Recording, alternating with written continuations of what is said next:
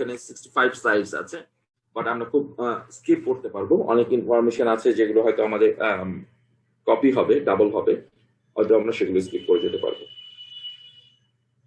আমরা যে আর্থিক পরিকল্পনার কথা বলতে যাচ্ছি, এটা একটা অর্গানাইজেশনাল প্ল্যানিং এর জন্য, একটা অর্গানাইজেশনের জন্য খুবই গুরুত্বপূর্ণ একটা অংশ।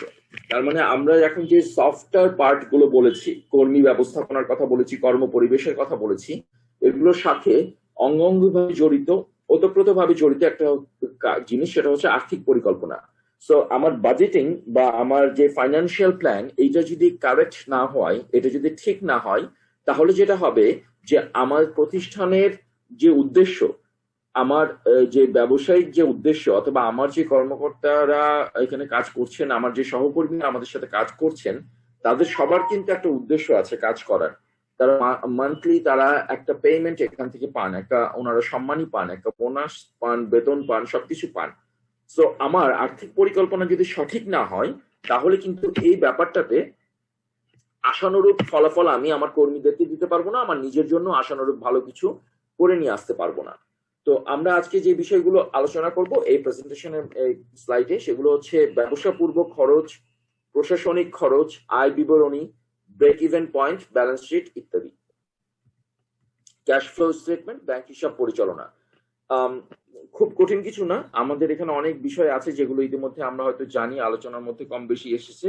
আর আমরা ইতিমধ্যে যারা ব্যবসার মধ্যে আছি কিংবা ছোটখাটো কাজ করছি, একটা জিনিস মাথায় রাখতে হবে, এই সবগুলো কাজ আমরা ইতিমধ্যে করছি। হয়তো আমরা জানি না যে কোনটাকে আমি ব্যবসা পূর্ব খরচের মধ্যে ফেলেছি, কোনটাকে প্রশাসনিক খরচের মধ্যে পড়েছি, ব্রেক ইভেন পয়েন্টে কি কিংবা ব্যালেন্স শিটটা কি, কিন্তু আমরা এই সবগুলো কাজ ইতিমধ্যে করছি এবং খুব ভালো মতোই করছি। শুধুমাত্র আমরা আসলে বোঝার চেষ্টা করব যে আমরা যে কাজগুলো সম্পর্কে ধারণা নিতে চাচ্ছি সেগুলোর কোন কাজটা কি এবং সেটা আসলে কোন অংশের মধ্যে পড়ে, যেন পরবর্তীতে আমি যখন কোনো ব্যবসায়িক সিদ্ধান্তে যাব কিংবা ধারণা নিতে যাব, তখন যেন আমাকে এটার ভিত্তিতে কাজ করতে সুবিধা হয়। আর্থিক পরিকল্পনা, যেটাকে আমরা বাজেট বলছি, এটা আসলে কি? আর্থিক পরিকল্পনা তো আমরা জানি, ধারণা করতে পারি। বাজেটটা সম্পর্কে আমার ধারণা আছে। আমরা যখন প্রতি বছর জুন জুলাই সময় আসে, আমরা যখন অ্যানুয়াল বাজেটিং এর কথা শুনি, বাজেট বাজেট চারিদিকে শুনতে চাই, বুঝতে পারি যে কোন জিনিসের দাম কমছে, কোন জিনিসের দাম বাড়ছে, এই ধরনের কথাগুলো বেশি উচ্চারিত হয়। বাজেটটা হচ্ছে আয় ব্যয়ের হিসাব। সহজ কথা, আমার কত টাকা ইনকাম হবে, কত টাকা আমার ব্যয় করতে হবে সুনির্দিষ্ট একটা সময়ের জন্য। এখানে যেমন লেখা আছে, আর্থিক পরিকল্পনা হলো কোনো ব্যবসায়ী লক্ষ্য অর্জনের জন্য যে অর্থ ব্যয় করবে তা নির্ধারণ করা এবং উক্ত অর্থ কোথা থেকে সংগ্রহ করা হবে তার কাজ। তার মানে আমি যে টাকাটা ব্যয় করব, সেটা কোন খাতে ব্যয় করব সেটা যেমন আমি নির্ধারণ করব, এই টাকাটা আমি কোথা থেকে পাবো সেটাও। এবং মজার ব্যাপার হলো, আমি যে টাকাটা ব্যয় করব সেটার সংকুলানটা কিন্তু করতে হবে, আবার আমার এই টাকার উপার্জনের হিসাবটাই আমাকে করতে হবে। কাজেই বাজেটে যখন আমরা, সরকার যখন কোনো দেশের বাজেট দেয়, আমাদের দেশের কথা যদি আমরা বলি, আমরা প্রায় শুনি ঘাটতি বাজেট, ঘাটতি বাজেট বলে একটা কথা। সেটা হচ্ছে যে আমি খরচেরটা বুঝতে পারছি, আমি বুঝতে পারছি, হয়তো ধরে নেওয়া যাক যে আমার 5,000 কোটি টাকা, সাধারণত বাংলাদেশের যে বাজেট হয় সেটা হচ্ছে প্রায় 4.5 লাখ কোটি টাকা, 4.5 লাখ কোটি টাকার মতো একটা বাজেট হয়, বা 1.5 লাখ, আচ্ছা যা হোক। তো আমরা যদি ধরে নিই যে আমার 1,000 কোটি টাকার একটা বাজেট অথবা 500 কোটি টাকার একটা বাজেট, যে বাজেটটাতে আমি ধরলাম যে 500 কোটি টাকা আমাকে বিভিন্ন জায়গায় খরচ করতে হবে, কিন্তু এই 500 কোটি টাকা আসলে আমার ইনকামের জায়গা নেই আমার কাছে। আমি সব জায়গা থেকে, কর থেকে, বিভিন্ন জায়গা থেকে, দাতারা যেসব জায়গায় ঋণ দিচ্ছে, সবকিছু মিলে আমি 400 কোটি টাকার ব্যবস্থা করতে পেরেছি। তাহলে আমি 500 কোটি টাকা খরচ দেখাচ্ছি এবং আমার ইনকাম 400 কোটি টাকা দেখাচ্ছি, তাহলে এটা হচ্ছে 100 কোটি টাকার ঘাটতি বাজেট। তার মানে আমি খরচ করার জন্য পরিকল্পনা করেছি 100 কোটি টাকার, কিন্তু আমার এই 100 কোটি টাকা আসলে ইনকাম করার উপায়টা আমার কাছে জানা নেই, আমি এই টাকাটা কোথা থেকে ব্যবস্থা করব সেটা আমার জানা নেই। এটাকে হচ্ছে ঘাটতি বাজেট বলে। তো আমি যখন একটা ব্যবসায় পরিকল্পনা করব, আমি যখন একটা প্ল্যানিং এর মধ্যে দিয়ে যাব, আমাকে খেয়াল করতে হবে আমি যে বাজেটিং এর কথা বলছি, আমাকে দেখতে হবে যে আমি কোথায় কোথায় খরচ করতে চাই, কোন খরচটা আমার জন্য জরুরি, আমি ব্যবসাটা যেই স্টেজে করতে চাচ্ছি, যে লেভেলে করতে চাচ্ছি, যে আকারে করতে চাচ্ছি, সেটার জন্য আমার কি পরিমাণ অর্থ সংস্থান দরকার, এবং তার চেয়ে জরুরি যে বিষয়টা সেটা হচ্ছে যে পরিমাণ অর্থ সংস্থান আমার দরকার তার কতটা ব্যবস্থা আমি করতে পারছি। সো ব্যাপারটা যদি এমন হয়ে থাকে যে আমি প্ল্যান করছি আমার 10 লক্ষ টাকা লাগবে, কিন্তু আমি ব্যবস্থা করতে পারছি 5 লক্ষ টাকার, আমাকে সুনির্দিষ্টভাবে পরিকল্পনাটা এভাবে করতে হবে যে তাহলে কি আমি আমার পরিকল্পনাটা আরেকবার সাজাবো, আমার খরচের জায়গাটা 10 থেকে 5-এ নামায় নিয়ে আসবো, নাকি আমি যে 5 লক্ষ টাকার ব্যবস্থা করতে পেরেছি আরো 5 লক্ষ টাকা আমি কোনো জায়গা থেকে ঋণ নিবো, নাকি আরো চিন্তা করবো আমি ব্যবস্থা করার জন্য। সো আমার এই পরিকল্পনাটা পরিষ্কারভাবে করে তারপরে আমাকে ব্যবসার মধ্যে যেতে হবে। আর্থিক পরিকল্পনার কয়েকটি স্টেজ আছে, এখানে 5টা স্টেজের কথা বলা হচ্ছে। 1 নম্বর হচ্ছে আমার কাছে কি পরিমাণ অর্থ আছে সেই বিষয়টা ঠিক করা, আমরা যেটা আলোচনা করলাম। ভবিষ্যতে আমি কি ধরনের ব্যবসা করতে চাই সেটাও ঠিক করা, আমরা জাস্ট 5 লক্ষ এবং 10 লক্ষ টাকার যে কথাটা বলেছি সেই বিষয়টা এখানে একটু ভেঙে ভেঙে বলা হচ্ছে। ব্যবসা পরিচালনা করার জন্য কি কি পদক্ষেপ নিতে হবে সেটা পরিকল্পনা করা, কোথা থেকে অর্থ সংগ্রহ করা হবে এবং কিভাবে তা খরচ করা হবে তার পরিকল্পনা করা, পরিকল্পনা করা ঠিক হয়েছে কিনা সেটা যাচাই করা। তার মানে আমরা প্রথমে ঠিক করবো যে আমার কাছে কি টাকা আছে। আমি যদি দেখি যে আমার কাছে 5 লক্ষ টাকা আছে, এখন কি ধরনের ব্যবসা করতে চাই, যে ধরনের ব্যবসা করতে যাচ্ছি সেটাতে আমার 10 লক্ষ টাকা প্রয়োজন, তাহলে এই ব্যবসা পরিচালনা করতে গেলে আমার কি কি ধরনের পদক্ষেপ নিতে হবে ওটাও যেমন দেখতে হবে, আর এই 10 লক্ষ টাকা আমি কোথা থেকে পাবো এটাও আমাকে বুঝতে হবে। যদি 10 লক্ষ টাকা আমার পেতে অসুবিধা হচ্ছে, তাহলে আমাকে পরিকল্পনাটা আর একবার পরিবর্তন করতে হবে, যেটা 5 নম্বর ধাপ, এটা আমাকে যাচাই করে নিতে হবে ঠিক আছে কিনা। আর্থিক পরিকল্পনা তৈরি করার কেন প্রয়োজন, কি পরিমাণ অর্থ প্রয়োজন সেটা আগে থেকে অনুমান করা যায়, উপযুক্ত মূলধন কাঠামো তৈরি করতে সহায়তা করে। আর্থিক পরিকল্পনার যেসব মেরিটস ডিমেরিটস আছে এখানে সেই জিনিসগুলো বলা হয়েছে।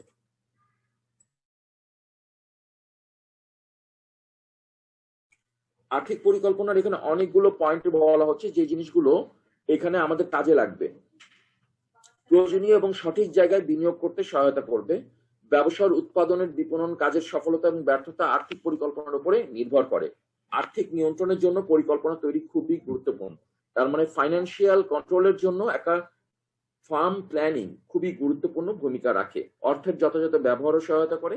ব্যবসায় অপ্রত্যাশিত ঘটনা মোকাবেলা করতে সহায়তা করে। বিনিয়োগ এবং অর্থায়ন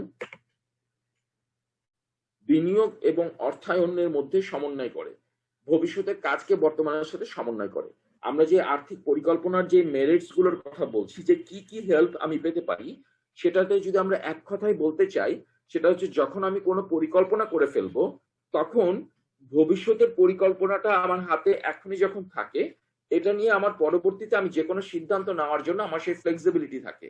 আমি যদি পরিকল্পনা করে থাকি আমি মোট খরচ করব 10 লক্ষ টাকা, কোথা থেকে ইনকাম করবো, এই 10 লক্ষ টাকার ব্যবসাটা কোথা থেকে আমি পাবো, ব্যবস্থা কি হবে, এবং আমি এটার কন্ট্রোলিংটা কিভাবে হবে, এর আমি আবার যে বিনিয়োগটা করতে যাচ্ছি সাথে সাথে বিভিন্ন জায়গায় যে অর্থায়নটা করব এটার কম্বিনেশন কি হবে, এই সবকিছুই আমাকে হেল্প করে। এবং সবচেয়ে বড় যে হেল্প, সেটা ব্যবসাতে যে অপ্রত্যাশিত কোনো ঘটনা যেটা হতেই পারে, আমরা সবসময় বলি যে একটা রিস্ক ফ্যাক্টর থাকে বিজনেসে। আমার পরিকল্পনায় সবকিছু ঠিক থাকার পরেও এমন কোনো ঘটনা ঘটতে পারে, এমন কোনো পরিস্থিতি আসতে পারে যেটার জন্য আমরা যেটা আশা করিনি অথবা তৈরি ছিলাম না, প্রস্তুত ছিলাম না।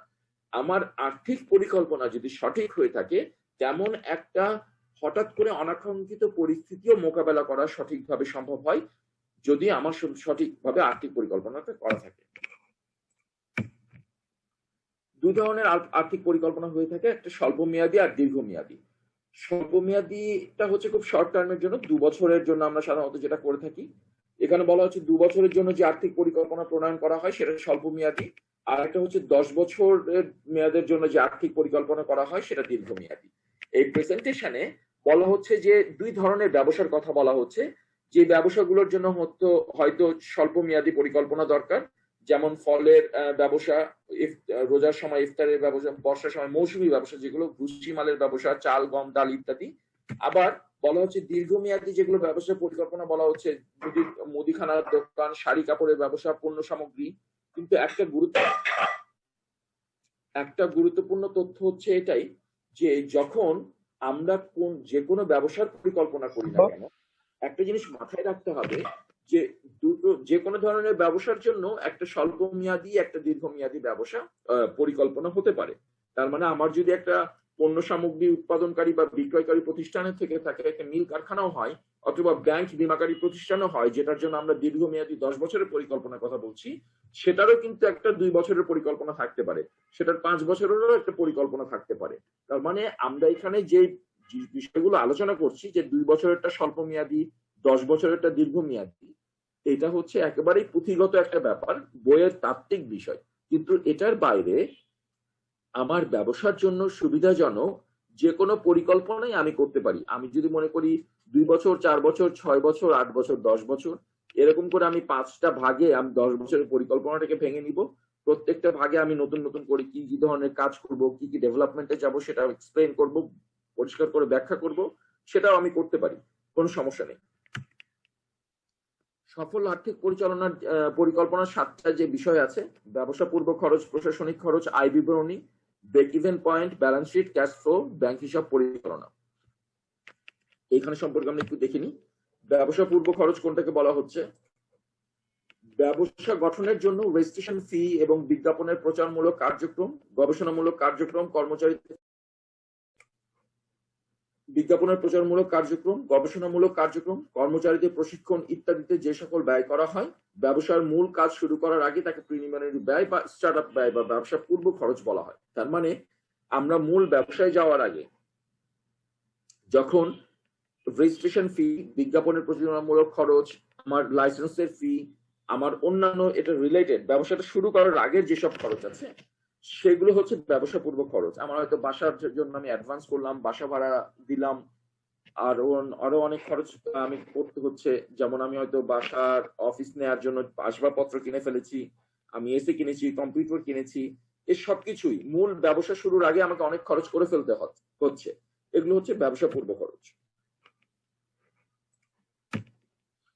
ব্যবসা পূর্ব খরচগুলো কি কি হতে পারে? রেজিস্ট্রেশন ফি, মেশিনারিজ, যন্ত্রপাতি, উপকরণ, যে পণ্যের ব্যবসা করব তার কাঁচামাল, বিপণন ব্যয়, আসবাবপত্র, অন্যান্য খরচ, ট্যাক্স ফি, যেগুলো আমরা আলোচনা করলাম। উপদেষ্টা ফি, তার মানে আমার যদি কোনো কোম্পানির অ্যাডভাইজার থেকে থাকেন কিংবা উপদেষ্টা, যাকে আমি সম্মানী দিয়ে তার কাছ থেকে আমি বুদ্ধি পরামর্শ নিচ্ছি, সেটাও একটা হতে পারে। অফিস ভাড়া, পানি, বিদ্যুৎ, গ্যাস, ইন্টারনেট লাইন, প্রতিস্থাপন ব্যয়, মানে এগুলো হয়তো আমার ব্যবসার মূল কাজ শুরু করার আগেই কিন্তু এগুলো করে নিতে হয়। তারপর যাতায়াত আছে, পরিবহন খরচ, বীমা খরচ, অনলাইন ব্যয়, মজুরি, বেতন ভাতা ইত্যাদি।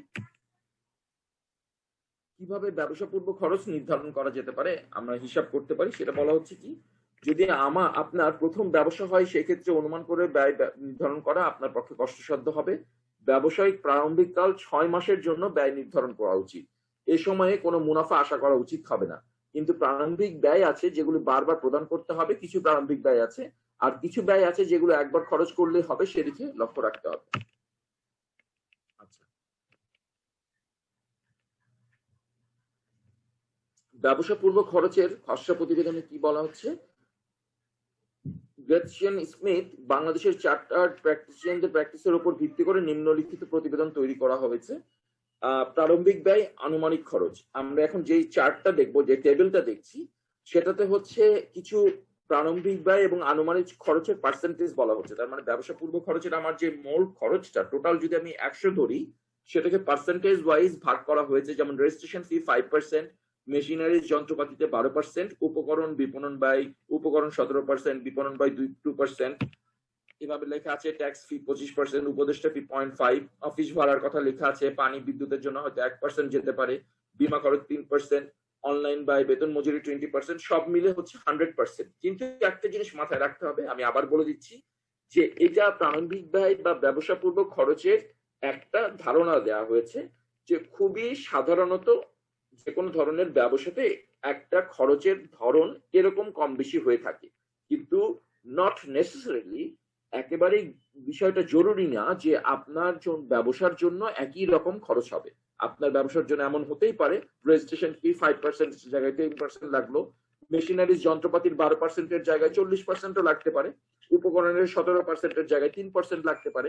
এটা কম বেশি হতে পারে, কিন্তু এটা শুধুমাত্র একটা ধারণা পাওয়ার জন্য আমরা এরকম একটা টেবিল দেখাচ্ছি।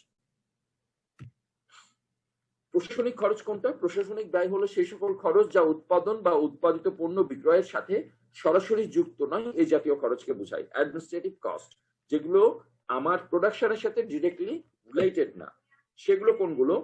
যেমন প্রশাসনিক খরচ দুই ধরনের, এক হচ্ছে নগদ প্রদান করা হয়, যেমন বেতন, বাড়ি ভাড়া, স্টেশনারি পণ্য ইত্যাদি। মানে আমার প্রোডাকশন, আমার যে পণ্য, ব্যবসার যে পণ্য, সেই পণ্য প্রোডাকশন শুরু হওয়ার আগেই কিন্তু, যদি হোক না হোক, আমার যদি এই মাসে প্রোডাকশন বন্ধ থাকে, আমার এমপ্লয়ীদের বেতন বন্ধ থাকবে না, বাড়ি ভাড়া আমাকে দিতেই হবে, কারখানার ভাড়া দিতেই হবে, স্টেশনারি পণ্য যেসব খরচ লাগে আমার, কাগজ, কলম, খাতা, পেন্সিল, স্টেশনারি জন্য প্রিন্টারের কার্ট্রিজ, সবকিছু এগুলোর খরচ চলবে। নগদে প্রদান করা হয় না, কিন্তু হিসাবে অন্তর্ভুক্ত করা হয় আসবাবপত্র, যন্ত্রপাতির অবচয় সমূহ। প্রশাসনিক খরচের একটা হচ্ছে নগদ, আর একটা হচ্ছে এই যে আসবাবপত্র, যন্ত্রপাতি, সেগুলোর যে অবচয়, ডেপ্রিসিয়েশন হয় সেগুলো। প্রশাসনিক খরচের যে একটা প্রকারভেদ আছে, পরিবর্তনশীল খরচ, তারপরে স্থির ব্যয়, অপ্রয়োজনীয় ব্যয়, অবিরাম খরচ, আর মাঝখানে প্রশাসনিক খরচগুলোকে 4 ভাগে বিভক্ত করা যায়, এটা বলা হয়েছে। একটা হচ্ছে পরিবর্তনশীল, চেঞ্জেবল সব এক্সপেন্ডিচার থাকে, আর একটা হচ্ছে ফিক্সড কস্ট, আর একটা হচ্ছে খুব একটা রিকোয়ার্ড না এরকম খরচ, আর একটা হচ্ছে অবিরাম খরচ, কন্টিনিউয়াস হতে থাকে। পরিবর্তনশীল ব্যয়গুলো সব সময় পরিবর্তনশীল, মানে এটা কোনো ফিক্সড লিমিটে থাকে না। যেমন কোনো মাসে ইলেকট্রিক বিল কম আসে, কোনো মাসে বেশি আসে, গ্যাস বিল, পানির বিলও তাই, অফিস স্টেশনারি প্রিন্টিং খরচও তাই, আপ্যায়ন খরচ, যাতায়াত খরচ, পরিবহন ভাড়া ইত্যাদি। স্থির ব্যয় হচ্ছে এগুলো ফিক্স, যেমন অফিস ভাড়া, ব্যবসা প্রতিষ্ঠানের ভাড়া, কর্মচারীদের বেতন, যন্ত্রপাতির ভাড়া, ইন্টারনেট বিল ইত্যাদি। যেমন অফিস, ব্যবসা প্রতিষ্ঠানের ভাড়াও হয়তো ওই অর্থে ফিক্স না যে আমার 2 বছর পরে হয়তো সেটা ভাড়া বাড়তে পারে, কর্মচারীদের বেতন হয়তো প্রতি বছর বাড়ে, কিন্তু এটা প্রতি মাসে কম বেশি হয় না, এই জন্য ভালো হচ্ছে স্থির ব্যয়। তো এটাও চেঞ্জ হয়, যন্ত্রপাতির ভাড়া অথবা দাম কম বেশি হয়, ইন্টারনেটের বিলও হয়তো কম বেশি হতে পারে, যে আমার হয়তো 1 বছর ব্যবহার করার পরে ইন্টারনেটের দাম আরো কমে গেল অথবা বেড়ে গেল, সেটা হয়, কিন্তু ব্যাপারটা এমন না যে প্রতি মাসে নতুন নতুন ভাবে এটা পরিবর্তিত হচ্ছে। কিছু কিছু খরচ আছে যেগুলো আসলে কন্টিনিউয়াসলি চলতেই থাকে, মানে আমি এই খরচগুলো কখনোই মানে একেবারে বন্ধ করতে পারবো না, যেমন যন্ত্রপাতি মেরামত, গাড়ি মেরামত ইত্যাদি। এরকম সার্ভিসিং এর কাজ অথবা যেগুলোকে আসলে অফিস মেনটেনেন্স কস্ট বলে, এগুলো চলতেই থাকে। আপনার অফিসে হলে আপনি দেখবেন যে প্রতি মাসে কোনো দরজার লক ভেঙে গেছে, লাইট নষ্ট হয়ে গেছে, ওয়াশরুমের হয়তো কোনো কিছু নষ্ট হয়ে গেছে, স্যানিটারি লাইন নষ্ট হয়ে, কোনো না কোনো কাজ থাকে যেগুলো মেনটেনেন্সে অবিরাম খরচ, এগুলো চলতেই থাকে। অপ্রয়োজনীয় কিছু খরচ আছে যেগুলো আসলে ঠিক ওই অর্থে অপ্রয়োজনীয় না, আমরা হয়তো ব্যবসার জন্য, ব্যবসার বিজনেস ইন্টারেস্টের কারণে আমাকে করতে হয়, উপঢৌকন, উপহার, অলিখিত কমিশন প্রদান ইত্যাদি। তো আমি ব্যবসা করতে গেলে আমাকে বিভিন্ন জায়গায় যেসব কমিউনিকেশন করতে হয়, বিভিন্ন জায়গায় হয়তো আমাকে গিফট পাঠাতে হয়, সেই জিনিসগুলো আসলে আমাকে ম্যানেজ করতে হয়, এগুলো হচ্ছে খরচ। এখানে ব্রেক ইভেন পয়েন্টের একটা ছবি দেওয়া আছে। আমরা ব্রেক ইভেন পয়েন্ট এর আগেও আলোচনা করেছি, সহজভাবে আমরা যদি বোঝার চেষ্টা করি, ব্রেক ইভেন পয়েন্ট হচ্ছে আমার ব্যবসার এমন একটা অংশ, এমন একটা পয়েন্ট, যে পয়েন্টের থেকে কোনো লাভ নেই, কোনো লস নেই। আমরা যদি এই ছবিটা একটু বোঝার চেষ্টা করি, ব্রেক ইভেন পয়েন্টের যে ছবিটা, আমরা বাম দিক থেকে নিচে যে রেড করে লস দেয়া আছে, সেখানে তার উপরে লেখা আছে টোটাল কস্ট, ঠিক এই পয়েন্টটা। আবার এখান থেকে লেখা আছে প্রফিট, গ্রিন করে, তার উপর থেকে সেলস। তার মানে আমার এখন পর্যন্ত যা খরচ হয়েছে, বিক্রি করতে করতে আমি যদি এমন জায়গায় পৌঁছাই যেখান থেকে আমি লাভটা সেই পরিমাণ খরচ উঠিয়ে নিয়ে আসতে পেরেছি। আমার ব্যবসাতে আমি প্রথম 6 মাসে খরচ করলাম 5 লক্ষ টাকা।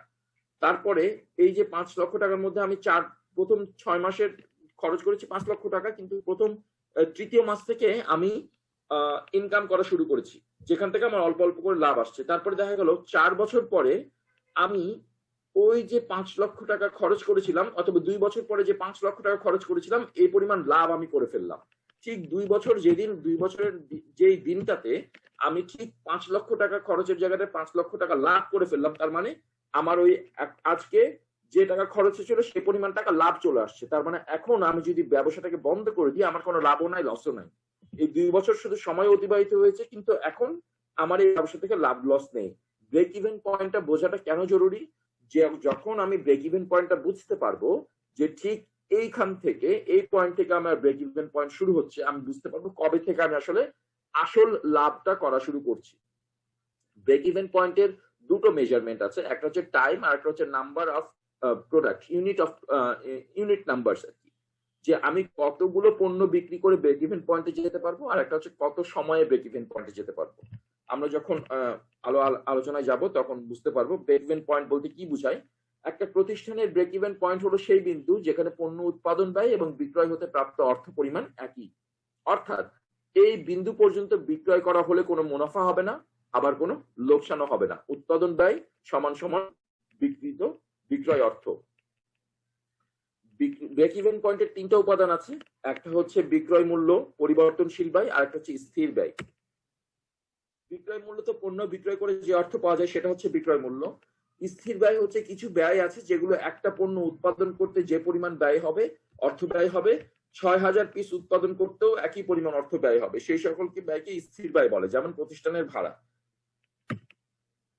পরিবর্তনশীল ব্যয় হলো যে সকল ব্যয় সমূহ উৎপাদনের এককের সাথে জড়িত, উক্ত ব্যয়কে পরিবর্তনশীল ব্যয় বলে, যেমন মজুরি, কাঁচামাল পরিবহন খরচ ইত্যাদি। তো কিভাবে ব্রেক ইভেন পয়েন্ট আমরা হিসাব করতে পারি? ব্যবসা প্রতিষ্ঠানের ব্রেক ইভেন পয়েন্ট গণনা করতে গেলে নিম্নলিখিত সূত্র ব্যবহার করা হয়ে থাকে। ব্রেক ইভেন পয়েন্ট সমান হচ্ছে স্থির ব্যয় ডিভাইডেড বাই ব্রেক ইভেন বিক্রয় মূল্য বিয়োগ পরিবর্তনশীল ব্যয়। তাহলে আমি ব্রেক ইভেন পয়েন্টটা পাবো। এখানে একটা উদাহরণ দেওয়া হয়েছে, আমরা যদি একটু বোঝার চেষ্টা করি। সাইনা কোম্পানির জন্য ব্রেক ইভেন পয়েন্ট হিসাব করতে হবে। প্রতি মাসের স্থির ব্যয় হচ্ছে ৬০,০০০ টাকা, প্রতি একক পরিবর্তনশীল ব্যয় হচ্ছে ০.৮০ পয়সা, মানে ০.৮০ টাকা, যেটা ৮০ পয়সা আর কি। পণ্যের বিক্রয় মূল্য প্রতি একক হচ্ছে ২ টাকা। সো ব্রেক ইভেন পয়েন্ট আমাকে হিসাব করতে গেলে কি হচ্ছে, ৬০,০০০ পিস, প্রতি মাসের স্থির ব্যয় হচ্ছে ৬০,০০০ টাকা। এখানে ৬০,০০০ ডিভাইডেড বাই ২ টাকা বিয়োগ ৮০ পয়সা, তার মানে হচ্ছে আমার ১ টাকা ২০ পয়সা, সেটাকে ৬০,০০০ দিয়ে ভাগ করলে ৫০,০০০ পিস, তার মানে ৫০,০০০টা পণ্য। আমরা যে হিসাবটা করেছিলাম ব্রেক ইভেন পয়েন্টের মেজারমেন্ট দুটো, ৫০,০০০ পণ্য আমরা যদি বিক্রি করতে পারি তাহলে আমরা ব্রেক ইভেন পয়েন্টে পৌঁছাবো। এখন এই যে আমরা বললাম যে দুটো মেজারমেন্ট হতে পারে, এক হচ্ছে কতগুলো পণ্য আর একটা হচ্ছে সময়। সো আমি যখন ৫০,০০০ পণ্য বলছি যে ব্রেক ইভেন পয়েন্টে পৌঁছাবো, আমার কিন্তু এই ৫০,০০০ পণ্য বিক্রি করার জন্য সময়ও লাগবে, আমি তার একদিনে বিক্রি করতে পারবো না। আমার কোম্পানি, আমার ফ্যাক্টরি যদি এমন হয় যে দিনে সে ১০০ পণ্য তৈরি করে, উৎপাদন করে, তাহলে ১০০ পণ্য উৎপাদন করে এবং সে প্রতিদিন বিক্রি করে হচ্ছে ১০০ পণ্যই বিক্রি করে, আমি যদি ধরি, তাহলে এই ৫০,০০০ পণ্য তৈরি করা এবং বিক্রি করতে তার কতদিন লাগবে? ৫০,০০০ ডিভাইডেড বাই ১০০, তার মানে ৫০০ দিন লাগবে। তার মানে ১ বছর ৩৬৫ দিন, আরো প্রায় ১৫০, আরো ১৩৫ দিন, তার মানে প্রায় ১.৫ বছরের খানিকটা কম সময় লাগবে আমার ৫,০০০ পিস বিক্রি করতে। তার মানে আমি ধরে নিতে পারি যে আমার এই সায়ান কোম্পানি যার কথা বলছি, আমরা যদি প্রতিদিন ১০০টা প্রোডাক্ট তৈরি করি, যার প্রতি মাসের স্থায়ী ব্যয় হচ্ছে ৬০,০০০ টাকা এবং প্রতি একক পরিবর্তনশীল ব্যয় হচ্ছে ৮০ পয়সা, আর পণ্যের বিক্রয় মূল্য প্রতি একক ২ টাকা, তাহলে এই ২ টাকা থেকে ৮০ পয়সা বাদ দিলে ১ টাকা ২০, সেটাকে ৬০,০০০কে ১ টাকা ২০ দিয়ে ভাগ করলে ৫,০০০ পিস যেটা হচ্ছে, এই ৫,০০০ পিস পণ্য বিক্রি করলে ব্রেক ইভেন পয়েন্টে পৌঁছাবে। অথবা এই পণ্য, এই সায়ানা কোম্পানিকে ব্রেক ইভেন পয়েন্টে পৌঁছাতে হলে প্রায় ১.৫ বছর মতো সময় লাগবে, কনসিডারিং সে প্রতিদিন ১০০ করে পণ্য উৎপাদন করে এবং বিক্রি করে। এখন আমার যদি পণ্যের বিক্রয় মূল্য প্রতি একক যে ২ টাকা ধরা আছে, এটার জায়গায় যদি প্রতি একক ৪ টাকা হতো, ৪ টাকা থেকে ৮০ টাকা ৮০ পয়সা বাদ দিলে ৩ টাকা ২০ পয়সা থাকতো। ৩ টাকা ২০ পয়সা দিয়ে ৬,০০০ পিসকে ভাগ করলে আরো বেশি কমে যেত পিসের পরিমাণ, তাহলে পিসের পরিমাণ কমে যেত, তার মানে আমার একটা পণ্য বিক্রি করে আমি যখন ১ টাকা ২০ পয়সা লাভ করছিলাম, এখানে আমি একটা পণ্য বিক্রি করে ৩ টাকা ৮০ পয়সা লাভ করতে পারি, ৩ টাকা ২০ পয়সা লাভ করতে পারছিলাম। কাজেই আমার নাম্বার অফ ইউনিট প্রোডাক্ট কমে যাবে। আমরা পরবর্তীতে প্রশ্ন উত্তর পর্বে ব্রেক ইভেন পয়েন্ট বোঝার জন্য যদি আমাদের কোনো কোয়ারি থাকে আমরা আবার আলোচনা করব। বিক্রয় পরিমাণ যদি হ্রাস পায় সেক্ষেত্রে কি করণীয়? ব্রেক ইভেন পয়েন্ট গণনা হিসাব করার পর যদি কোনো কারণে উল্লেখিত পরিমাণ পণ্য বিক্রয় করা সম্ভব না হয়, সেক্ষেত্রে নতুন করে আবার ব্রেক ইভেন পয়েন্ট হিসাব করতে হবে, যেখানে যথাসম্ভব স্থির ব্যয় কমাতে হবে অথবা বিক্রয় মূল্য পুনর্নির্ধারণ করতে হবে। আমরা যদি মনে করি যে ব্রেক ইভেন পয়েন্ট যেটা করলাম সেটাতে দেখা যাচ্ছে সেই অনুযায়ী কাজ হচ্ছে না, তাহলে ব্রেক ইভেন পয়েন্ট আবার রিক্যালকুলেশন করে প্ল্যান করার জন্য আমাকে করতে হবে হয় স্থির ব্যয় কমাতে হবে, অথবা পণ্যের যে দাম সেটাকে পুনর্নির্ধারণ করতে হবে। ওই যে আমরা যেটা বললাম যে 2 টাকার জায়গায় আমি যদি 4 টাকা হিসাব করি অথবা 3 টাকা হিসাব করি, সেটা আমাকে ডিসাইড করতে হবে যে আমি কোনটা হিসাব, পণ্যের দাম কোনটা রাখলে ব্রেক ইভেন পয়েন্টে আমি সময় মতো পৌঁছাতে পারবো। সময় মতো মানে আমি যে জায়গায় যে সময়ের মধ্যে ব্রেক ইভেন পয়েন্টে যাওয়ার পরিকল্পনা করেছি সেই সময় মতো। স্থির খরচ, পরিবর্তনশীল ব্যয়, মূল্য এবং পণ্যের পরিমাণের মধ্যে কি কি সম্পর্ক রয়েছে? ব্রেক ইভেন পয়েন্ট হচ্ছে ব্যয়, পণ্যের পরিমাণ, মুনাফা বিশ্লেষণের উপর একটি উপাদান মাত্র।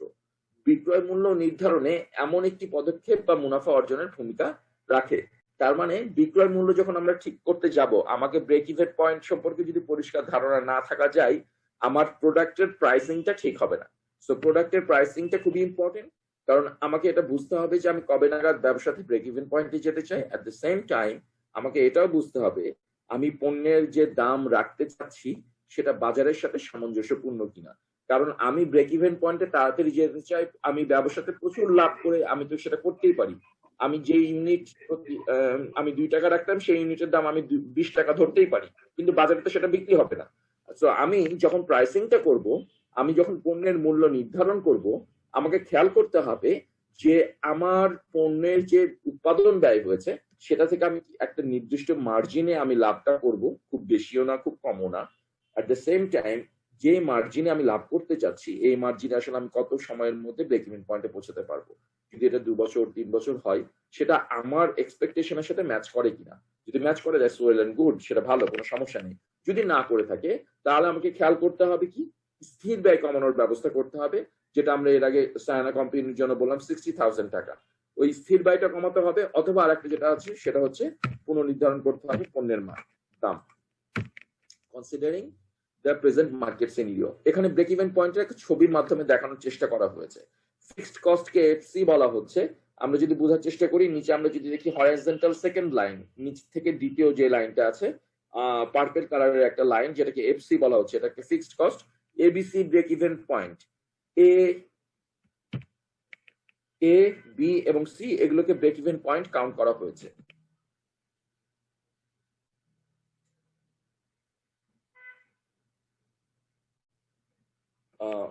আমাকে একটা মিনিট এক্সকিউজ করবেন প্লিজ, আমি একটা ফোন আসছে, আমি একটু কমেন্ট করে আপনাকে আবার আমি প্রেজেন্টেশন আসছি, একটা মিনিট প্লিজ।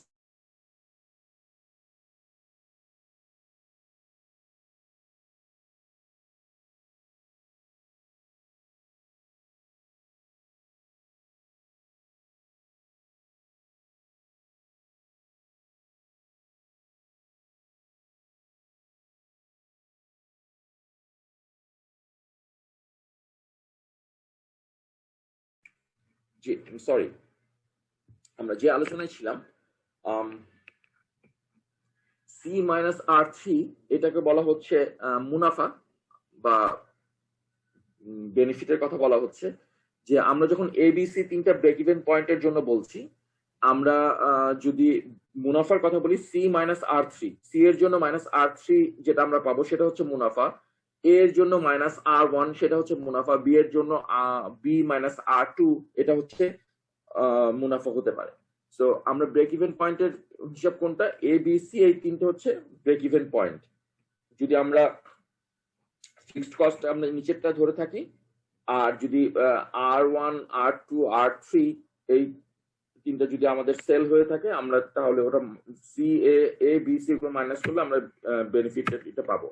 তো আমরা যখন এক্সারসাইজ করব তখন আমাদেরকে আমরা আবার ভালো মতো বুঝিয়ে দেওয়ার চেষ্টা করব আমরা ব্রেক ইভেন পয়েন্টটা যদি কোনো ক্যালকুলেশনে অসুবিধা হয়। ব্যালেন্স শিট প্রকৃত, ব্যালেন্স শিটটা সম্পর্কে বলার আগে আপনাদেরকে জানিয়ে রাখি যে আমরা তো প্রত্যেকে আয় ব্যয়ের হিসাব করি। আমরা যদি এখন একটা অর্গানাইজেশনের কথা বাদও দিই, আমরা যখন ফ্যামিলিতে নিজের জায়গায় অর্থাৎ পার্সোনাল কোনো ফাইন্যান্সের আমরা হিসাব করি যে আমার বেতন এত টাকা, আমি কোথায় কোথায় কি খরচ করব, কত টাকা আমি ডিপোজিট করবো, কোন মাসে আমি কত টাকা সেভ করতে পারবো, নাকি এবার বেশি খরচ আছে, এই সব কিছুই আমরা তো করি যে আমি কোন জায়গা থেকে টাকা পাচ্ছি এবং কোন জায়গাতে আমি খরচ করছি। আমরা ব্যালেন্স শিট বলতে কি বুঝাচ্ছি? ব্যালেন্স শিট হচ্ছে পূর্ববর্তী সময়ের আয় ব্যয়ের হিসাব সহ নির্দিষ্ট সময়ে ব্যবসার সম্পদ, দায়বদ্ধতা, ঋণ, পাওনাদার এবং মূলধনের বিবৃতিপত্র। ব্যালেন্স শিট একটি মৌলিক সমীকরণের উপর প্রতিষ্ঠিত। মোট সম্পদ সমান সমান মূলধন যোগ মোট দায়বদ্ধতা।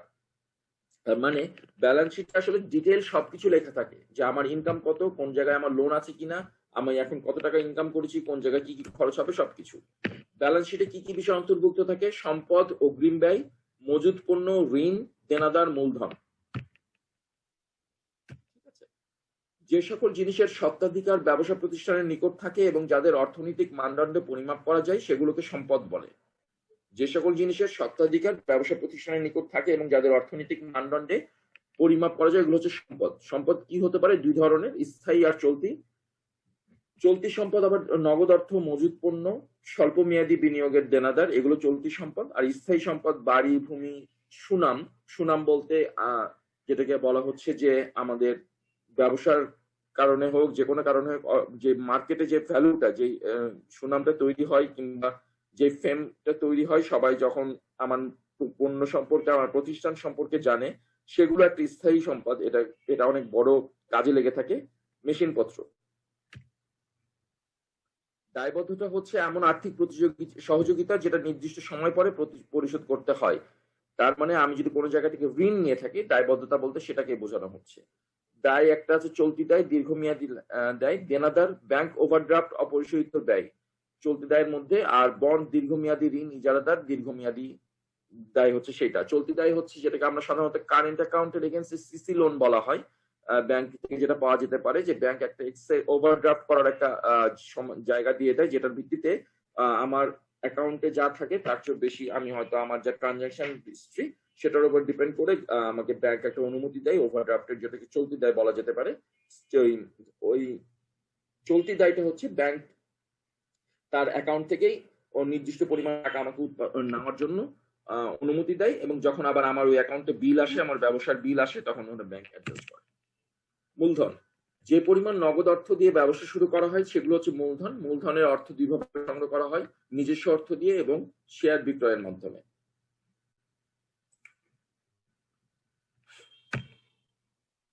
ওয়ার্কিং ক্যাপিটাল কোনটা? যেটাকে আমরা একটা কার্যকরী মূলধন বলি। কার্যকরী মূলধন হচ্ছে প্রতিদিনের ব্যবসার প্রতিদিনের কাজে ব্যবহৃত হয়।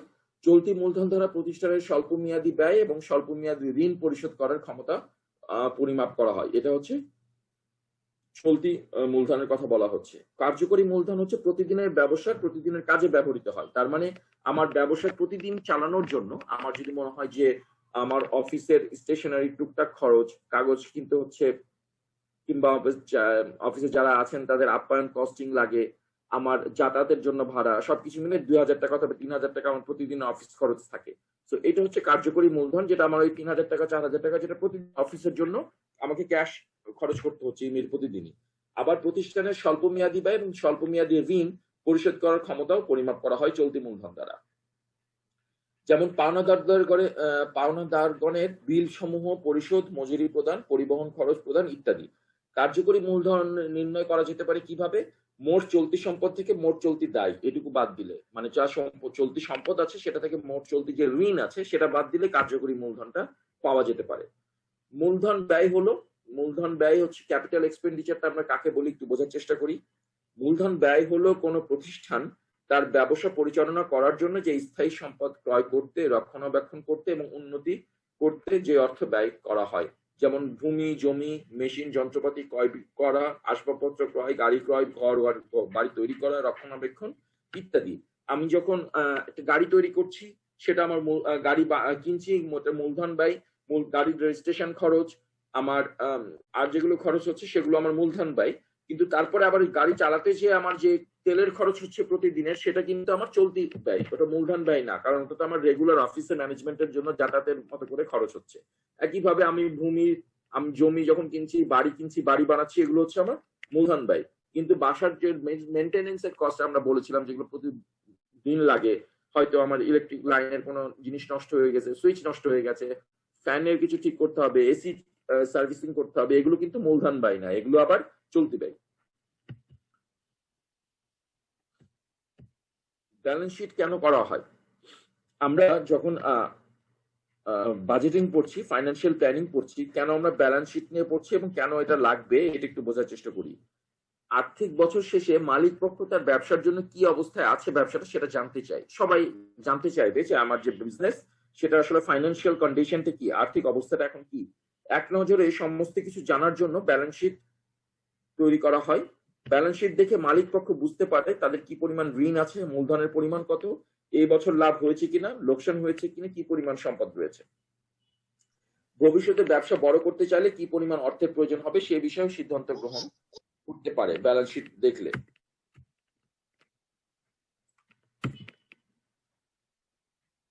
মূলধন এবং ঋণের অনুপাত পর্যালোচনা। মূলধন এবং ঋণের অনুপাত যেটা বলা হচ্ছে 1:5, তার মানে মূলধন যদি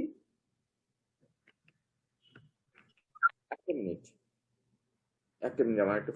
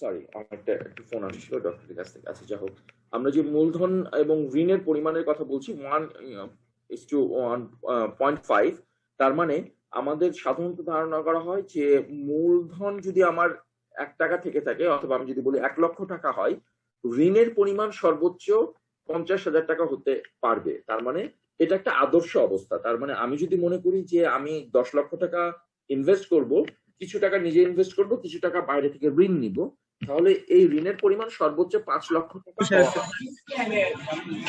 বেশি হলে ব্যবসাতে আমার পরবর্তীতে এই ঋণ পরিশোধেরও একটা ব্যাপার আছে। আমার হিসাব করতে কিংবা ঋণ পরিশোধের কাজটা করতে যে অবস্থা আমাকে সমস্যার সম্মুখীন হতে পারে। কিন্তু বিষয়টা মোটেও এমন নয় যে এটার চেয়ে বেশি হলে সবসময় আমার অসুবিধাই হবে, অথবা এটার চেয়ে কম হলে কিংবা এরকম থাকলে আমার সবসময় ভালো কিছু হবে।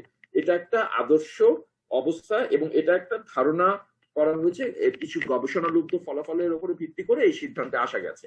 কিন্তু আপনার ব্যবসার জন্য যে কোনো পরিস্থিতিতেই আপনি আপনার মতো করে সিদ্ধান্ত নিতে পারেন।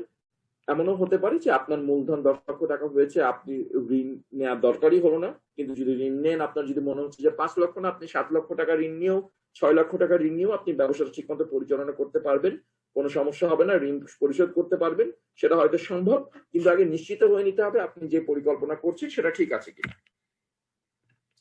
ব্যালেন্স শিটটা কখন আমি করা লাগবে? আর্থিক বছরের শেষ তারিখে ব্যালেন্স শিট তৈরি করতে হয়, ফাইন্যান্সিয়াল ইয়ার যখন শেষ হয় তখন। এখন কোন প্রতিষ্ঠান ফাইন্যান্সিয়াল ইয়ার তাদের সুবিধা মতো একেবারে 31শে ডিসেম্বরে করে, কেউ কেউ করে 30শে জুন, জুলাইয়ের 1 তারিখে নতুন বছর শুরু করে ফাইন্যান্সিয়াল ইয়ার। আমরা যেমন দেশের বাজেট দেখি যে জুলাইয়ের 1 তারিখ থেকে বাজেট শুরু হয়, ফাইন্যান্সিয়াল ইয়ার শুরু হয়। একইভাবে দেশের সবগুলো ব্যাংক, আর্থিক প্রতিষ্ঠান, বীমা প্রতিষ্ঠান, সেগুলো তারা তাই করে। আমরা যদি আবার দেখি একাডেমিক যদি ক্যালেন্ডার আমরা যদি দেখি যে দেশের স্কুল কলেজ তারা আবার হিসাব করে হচ্ছে জানুয়ারি থেকে, তার মানে 31শে ডিসেম্বর লাস্ট।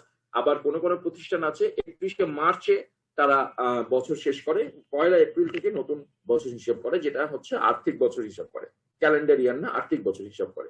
তো এটা নির্ভর করে প্রতিষ্ঠানের কি ধরনের ব্যবসার ধরন এবং প্রতিষ্ঠানের যা প্র্যাকটিস সেটার উপরে। ব্যালেন্স শিট সম্পর্কে এখানে একটা ডেমো দেওয়া হয়েছে, আপনারা এটা পরে নিজেরা দেখলেও বুঝতে পারবেন। এখানে অনেকগুলো পয়েন্ট দেওয়া আছে যে কি কি ধরনের অ্যাসেট থাকে, ক্যাশ এবং ক্যাশ ইকুইভ্যালেন্স কি ধরনের থাকে, শর্ট টার্ম মার্কেট সিকিউরিটিজ থাকে, আর কি কি ধরনের খরচ, এবং হচ্ছে যে কি ধরনের খরচ, লায়াবিলিটি কত, এটা সম্পর্কে লেখা আছে। সো এ ধরনের ব্যালেন্স শিট আপনারা সবাই হয়তো যারা ব্যবসার সাথে এখন আছেন কম বেশি সবার কাছেই আছে। হয়তো এরকম ফর্মাল ওয়েতে নেই, ফর্মাল জিনিসটা এত ফিক্সড ওয়েতে নেই, বাট জিনিসটা যতটা ফর্মালি করতে পারবেন তত ভালো হবে, আসলে বোঝার সুবিধা হবে। ক্যাশ ফ্লো স্টেটমেন্ট কোনটা? ক্যাশ ফ্লো বিবরণী এমন একটি আর্থিক বিবরণী যেখানে প্রতিষ্ঠান তার বিভিন্ন উৎস হতে প্রাপ্ত নগদ অর্থ এবং বিভিন্ন প্রয়োজনে প্রদত্ত নগদ অর্থের তালিকা করা হয়ে থাকে। তার মানে যে আমরা যখন কোনো প্রতিষ্ঠান চালাবো, এই প্রতিষ্ঠানের টাকা বিভিন্ন জায়গা থেকে আসতে পারে। সো আমাকে ওইটার পরিষ্কার স্টেটমেন্ট থাকতে হবে যে কোথা থেকে আসছে, এবং আমি এই টাকাটা ক্যাশ ফ্লো স্টেটমেন্টে যখন আমার টাকাটা আসবে এবং টাকাটা ব্যয় হবে, এটা পরিষ্কার করে লেখা থাকতে হবে। ব্যাংকে আমার অ্যাকাউন্টে স্টেটমেন্টে পেলে কিন্তু এখন ব্যাংকের স্টেটমেন্টে সেটা চলে আসে যে কবে কোন টাকা ঢুকেছে, এবং স্টেটমেন্টে এটাও আসে আপনি কবে টাকা তুলেছেন। কিন্তু যে টাকাটা তুলে নিয়ে আসছেন, এই টাকাটা আসলে কোন কাজে ব্যয় করছেন এটা কিন্তু স্টেটমেন্টে আসবে না। যদি আপনি কাউকে চেক দিয়ে থাকেন, কোনো প্রতিষ্ঠানকে বিল পে করে থাকেন, সেটা হয়তো স্টেটমেন্টে আসবে যে অমুক চেক দেওয়া হয়েছিল অমুক প্রতিষ্ঠানকে। কিন্তু আপনি যদি ওখান থেকে ব্যাংক থেকে নগদ টাকা উত্তোলন করে কাউকে বিল পরিশোধ করেন, ব্যাংকে শুধু লেখা থাকবে যে আপনি এই টাকাটা উত্তোলন করেছেন, কিন্তু ওই স্টেটমেন্টে ওটা লেখা থাকবে না যে উত্তোলন করে আপনি কি কাজে ব্যয় করেছিলেন। সো ক্যাশ ফ্লো স্টেটমেন্ট আপনার অফিসের নিজস্ব একটা স্টেটমেন্ট থাকতে হবে, যেটাতে পরিষ্কার করে লেখা থাকবে যে আপনি কোন টাকা কবে কিসের জন্য ব্যয় করছেন।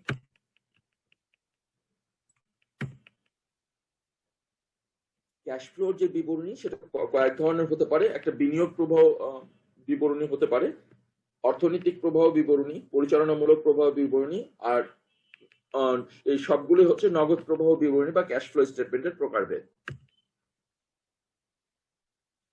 পরিচালনামূলক প্রবাহ বিবরণী কি? বিক্রয় কাজ পরিচালনা করার জন্য যে সকল কাজ করা হয়ে থাকে সেগুলো পরিচালনামূলক কার্যগুলি বলা হয়, যেমন বিক্রয়, ক্রয়, পরিবহন খরচ, বেতন, অফিস ভাড়া ইত্যাদি। বিনিয়োগ প্রবাহ হচ্ছে স্থায়ী সম্পদ ক্রয় করার জন্য যে সম্পদ, কোন সম্পদ বিক্রয় করে যে আয় হয়, সেই সকল বিষয়কে বিনিয়োগ প্রবাহ বলা হয়। তার মানে আমি যদি মনে করি আমার নতুন একটা অফিস কিনবো, সেই অফিসের জন্য আমি যে খরচটা করছি সেটা যেমন আমার ক্যাশ ফ্লো স্টেটমেন্টে বিনিয়োগ প্রবাহ বিবরণীর মধ্যে পড়বে, একইভাবে আমার পুরোনো একটা অফিস ছিল সেটা আমি বিক্রি করে দিচ্ছি, সেটা থেকে যে আয়টা হয় সেটাও সেই বিনিয়োগ প্রবাহ বিবরণীর মধ্যে পড়বে। অর্থ নগদ প্রবাহ বিবরণী হচ্ছে ব্যাংক বা অন্য কোথাও হতে ঋণ গ্রহণ বা পরিশোধ করা, এগুলো হচ্ছে নগদ প্রবাহ বিবরণীর মধ্যে পড়বে।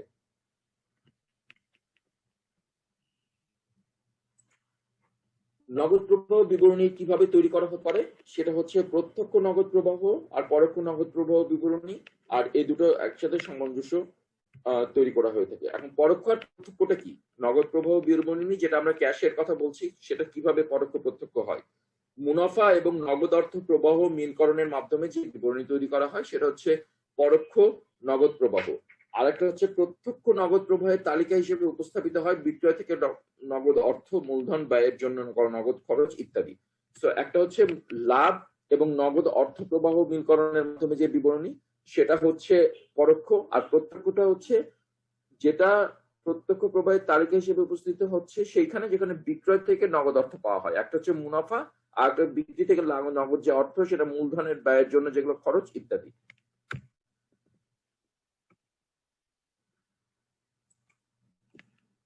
এখানে নগদ অর্থ প্রবাহনীর একটা হিসাব ক খ গ কোম্পানি বলে একটা দেখানো হয়েছে, যা আমরা যেন ধারণা করতে পারি। নিট আয়, নতুন দেনাদার, মজুদ পণ্য, পাশে পয়েন্ট গুলো লেখা আছে আর এর পাশে খরচ দেওয়া আছে। আমরা যদি একটু দেখিনি, আপনারা এটা আসলে নিজেরাও দেখলে বুঝতে পারবেন যে জিনিসটা কিভাবে পরিচালিত হয়। এটা তেমন খুব একটা কঠিন কিছু না। ব্যাংক হিসাব পরিচালনা আসলে নতুন করে বলার কিছু নেই, কারণ আপনারা সবাই জানেন, প্রত্যেকেরই আমার ধারণা এখন ব্যাংক অ্যাকাউন্ট আছে। কিভাবে অ্যাকাউন্ট খুলতে হয় থেকে শুরু করে ইভেন আমরা এখন তো ব্যাংক হিসাবের ক্ষেত্রে মোবাইল ব্যাংকিং আরো বেশি অভ্যস্ত, কাজে এটাতে আসলে নতুন করে আপনাদের কাছে এক্সপ্লেন করার কিছু নেই। তবে ব্যাংক হিসাবটা খুবই গুরুত্বপূর্ণ, আপনার ব্যবসায়িক হিসাবটাও খুব গুরুত্বপূর্ণ। কারেন্ট অ্যাকাউন্ট একটা খুলে নেওয়া, নিজের লাইসেন্সের যে নাম থাকবে সেই নামের মতো করে একটা কারেন্ট অ্যাকাউন্ট খুলে নেওয়া, এবং যখন আপনি ট্যাক্স দিবেন, ভ্যাট, টিন যখন করবেন, সেটার সাথে এই অ্যাকাউন্টের স্টেটমেন্টটা খুবই গুরুত্বপূর্ণ ভূমিকা রাখে। ব্যাংক কি এটা আমরা সবাই জানি, টাকা জমা নিয়ে রাখে এবং ঋণ প্রদান করে এরকম একটা প্রতিষ্ঠান। ব্যাংক আমাদেরকে আসলে কেন লাগে সেটা আমরা যদি বোঝার চেষ্টা করি, কি কি ধরনের কাজ করে ব্যাংক, সেটা হচ্ছে মুখ্য কাজ, গৌণ কাজ। আমানত গ্রহণ, অগ্রিম প্রদান এগুলো হচ্ছে মুখ্য কাজ, ঋণ প্রদান এগুলো মুখ্য কাজ। আর গৌণ কাজের মধ্যে আছে অন্য ব্যাংকের সাথে অর্থ প্রদান করা, প্রতিনিধিত্ব করা, এলসি খোলা, শেয়ার, বন্ড ক্রয় বিক্রয়। এরকম অনেক ব্যাংক বাংলাদেশে আছে যারা ইনডিরেক্টলি অন্য ব্যাংকগুলোর সাথে কাজ করে। অন্য ব্যাংকগুলো তাদের ক্লায়েন্ট এবং তারা অন্য ব্যাংকের সাথে এলসি খোলে, শেয়ার বন্ড বিক্রয় করে। সাধারণত বাংলাদেশে এরকম বিদেশি কিছু ব্যাংক কাজ করে। আর এরকম ব্যাংক অনেক আছে, বেশিরভাগ বাংলাদেশি ব্যাংকগুলো এবং অন্যান্য যে ব্যাংকগুলো প্রাইভেট এবং সরকারি যে ব্যাংকগুলো আছে সেগুলো হচ্ছে আমানত গ্রহণ, অগ্রিম প্রদান এবং ঋণ প্রদানের মতো কাজ করে। ব্যাংকের ঋণ আমরা জানি স্বল্প মেয়াদী, দীর্ঘমেয়াদী। কিছু কিছু হয় হচ্ছে 10 5 বছরের বেশি, 20 বছর পর্যন্ত, 15 বছর পর্যন্ত, এগুলো দীর্ঘমেয়াদী। স্বল্প মেয়াদী 1 থেকে 2 বছর অথবা 5 বছরের কম, এগুলো হচ্ছে স্বল্প মেয়াদী। ব্যাংক হিসাবের সাথে প্রতিষ্ঠানের হিসাবের আর্থিক মিলকরণ, এটা খুব গুরুত্বপূর্ণ একটা বিষয়। খেয়াল করতে হবে যে আমরা যে এর আগের কথাটা বলেছিলাম স্টেটমেন্টের কথা, ব্যাংকের পুনর্মিলন বিবরণী, যা ব্যাংকের বিবরণীর সাথে অ্যাকাউন্টের বইগুলোতে লিপিবদ্ধ করা, ব্যাংকের লেনদেনের সাথে মিল রেখে ব্যবসা প্রতিষ্ঠান প্রস্তুত করা হয় এবং এর মাধ্যমে ব্যাংকের ব্যালেন্সগুলো যথাযথতা নিশ্চিত করে।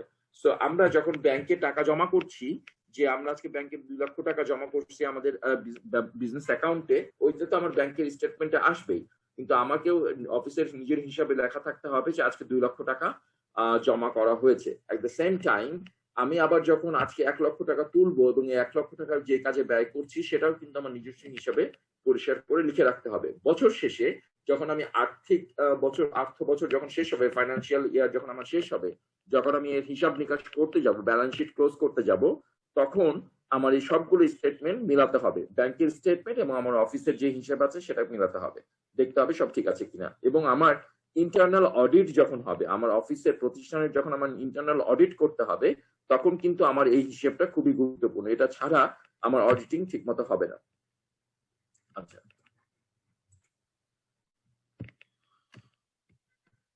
এখানে একটা জাস্ট পার্টিকুলার ব্যাংকের যে পাসবুকের ছবি দেওয়া আছে, এটা আসলে এখন পাসবুক তো ভাবে ইউজ হয় না, আমরা স্টেটমেন্টই পেয়ে যাই। ইভেন এখন এসএমএস এর মাধ্যমে স্টেটমেন্ট চলে আসে, কত টাকা খরচ হয়েছে, কত টাকা আছে। সো এটা আগে একটা সময় ইউজ হতো খরচ ইয়ের, একই রকম ভাবে আমরা এখন নিজেদের কম্পিউটারে সেটা করতে পারি, প্রত্যেকটা প্রতিষ্ঠান তাই করে থাকে। সো আমাদের প্রেজেন্টেশন, সেকেন্ড প্রেজেন্টেশনটাও শেষ। আমাদের আজকের যে পয়েন্ট ছিল, এটা বড় প্রেজেন্টেশন ছিল, কিন্তু যেহেতু আমাদের টপিকটা খুব স্পেসিফিক ছিল, আমরা শেষ করতে পেরেছি সময় মতো, আলহামদুলিল্লাহ। এখন আমাদের যদি আর্থিক পরিকল্পনা কিংবা এই বিষয়গুলো নিয়ে কোনো আলোচনা থেকে থাকে, কোনো প্রশ্ন থেকে থাকে, আমরা চেষ্টা করব উত্তর দেওয়ার জন্য। যদি কোনো রিলেভেন্ট পয়েন্টের উপর যদি কোনো প্রশ্ন থেকে থাকে আমরা উত্তর দিব, তারপরে আমরা আজকে ক্লাস শেষ করতে পারবো, কারো যদি কোনো প্রশ্ন থেকে থাকে। স্যার আমার কোনো প্রশ্ন নেই। ওকে, দ্যাটস গ্রেট। ঠিক আছে,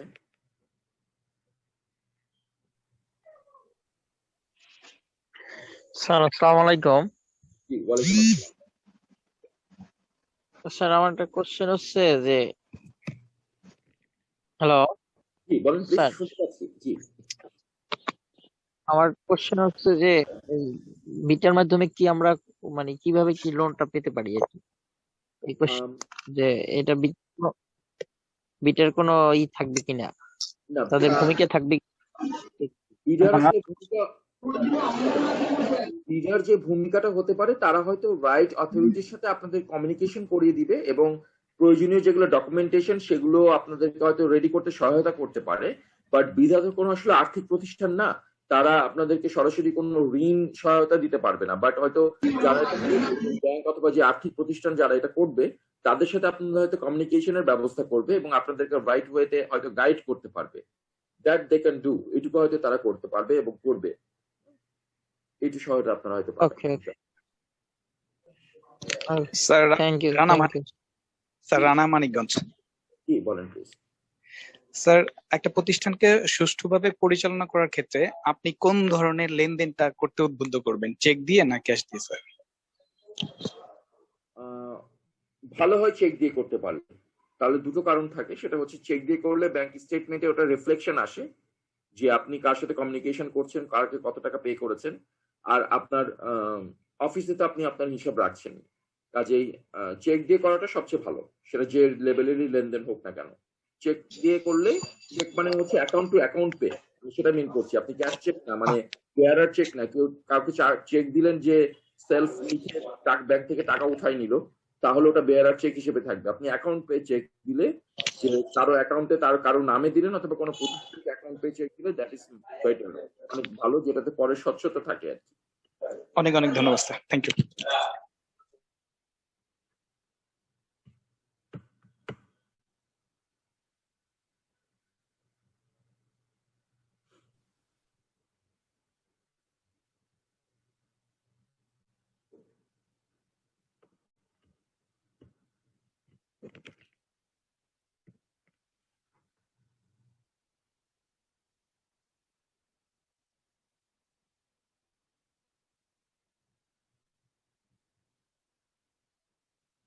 আমাদের আর কারো কি কোনো প্রশ্ন আছে? যদি প্রশ্ন না থেকে থাকে তাহলে আমরা মনে হয় ক্লাস শেষ করতে পারি নাকি?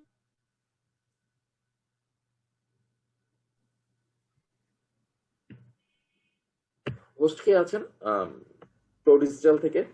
স্যার আমি ওমাইরা খান আছি। ওকে উমাইরা, আমার মনে হয় কারো যদি কোনো প্রশ্ন না থেকে থাকে তো আমরা হয়তো শেষ করবো। আমি যেটা করতে জি স্যার। পারি, আমি চ্যাট বক্সে আমি আমার কন্ট্যাক্ট ডিটেল দিয়ে দিচ্ছি, এর আগেও হয়তো দিয়েছিলাম। হ্যাঁ, আসসালামু আলাইকুম। কি, ওয়ালাইকুম আসসালাম, বলুন প্লিজ। জি, আমি বলছিলাম আমি সেদিনকের আর্থিক লোনের ব্যাপারে বীমা প্রসঙ্গে যেদিন ক্লাস ছিল তখন আমি বিসিকে স্যারের সঙ্গে সামনাসামনি গিয়ে আলোচনা করলাম। ওখানে বলা হয়েছিল যে লোন পরিশোধ করা স্বল্প মেয়াদী, মধ্যম মেয়াদী এবং দীর্ঘমেয়াদী। তা আমি সেটা নিয়ে আলোচনা করছিলাম। স্যার আমাকে প্রশ্ন করলো যে আপনার ডিমান্ড কত? আমি বলছি আমার ডিমান্ড 6 লাখ টাকা। তাহলে তো আপনাকে আমি বলছি যে এসএমই ফাউন্ডেশন একটা আছে, সেখানে এই সুযোগটা থাকে। বলছে যে এত স্বল্প টাকা এসএমই ফাউন্ডেশন দেয় না, সে কোটি কোটি টাকা দেয়। তা আমরা যারা ক্ষুদ্র উদ্যোক্তা, আমাদের তো অত টাকা ডিমান্ড নাই, আর আমরা সেই টাকাটা আমরা কাজে খাটাইতেও পারবো না অত টাকা নিয়ে। তাহলে আমরা এই সুযোগ কোথায় পাবো? আমাদের তো দীর্ঘমেয়াদী সুযোগ যে স্থানীয় যে ব্যাংকগুলি আছে সেখানে আমাদের দিচ্ছে না। 2 বছর 3 বছর এরকম। একটা মিনিট।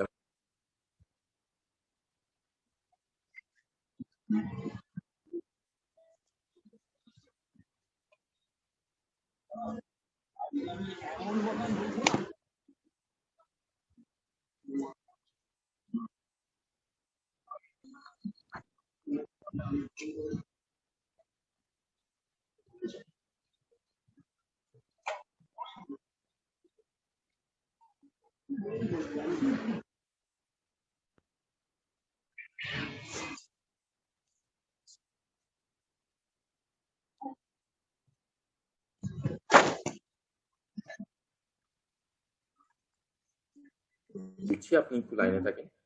আমি একটু আপনার সবার দৃষ্টি আকর্ষণ করছি, নরসিংদী এবং মানিকগঞ্জে যারা আছেন, আগামীকালকে আপনাদের ক্লাস সকাল 9টার সময় হবে। আপনারা প্লিজ সবাই যথাসময়ে ক্লাসে এখন করার চেষ্টা করবেন। আগামীকাল সকাল 9টায় নরসিংদী এবং মানিকগঞ্জের ক্লাসটা হবে, ঠিক আছে? তো এই আমি জানিয়ে দিয়েছি সবাইকে।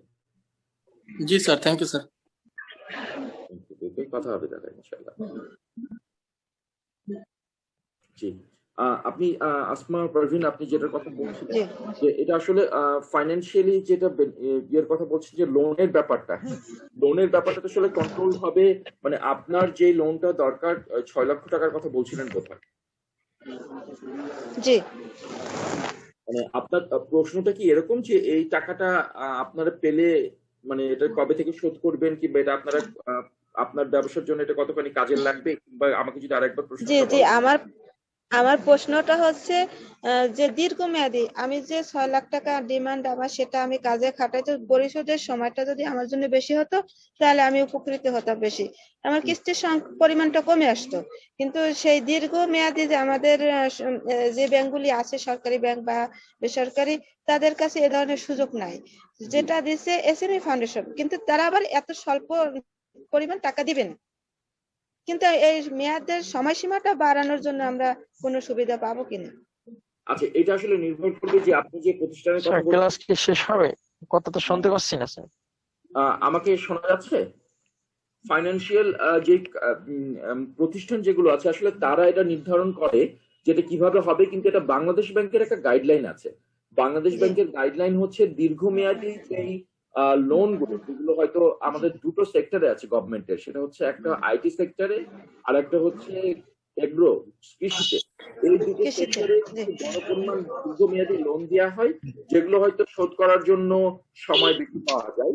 কিন্তু অন্যান্য ক্ষেত্রে যে আপনি যে 5 লাখ টাকা অথবা 6 লাখ টাকা বলছেন, এটার জন্য আসলে খুব বেশি সময় আপনি পাবেন না। That is correct. এখন স্যার আমার হচ্ছে পোল্ট্রি শিল্প স্যার।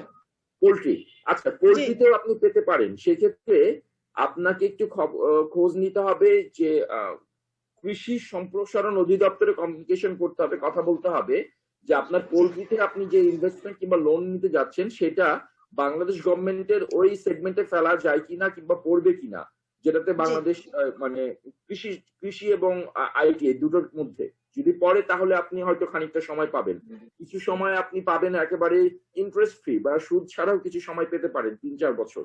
তারপর থেকে জি, আপনাকে আলহামদুলিল্লাহ। হয়তো শোধ করতে হবে যদি মানে আপনার এরকম সুযোগ হয়। কিন্তু আলহামদুলিল্লাহ।